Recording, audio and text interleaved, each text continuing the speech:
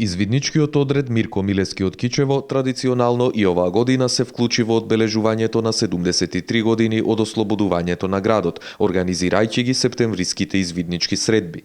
Со учество на повеќе извидничко-поречански одреди од Република Македонија и странство, годинешните средби траеа 3 дена во градот Кичево на уредениот простор за извиднички активности. За извидниците има задачи да постават шатор во најбрз можен рок, да биде поставен шаторот правилно и точно.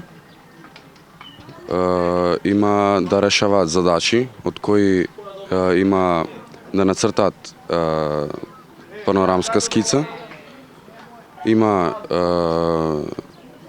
семафор, тоа е сигнализација со помош на знамења.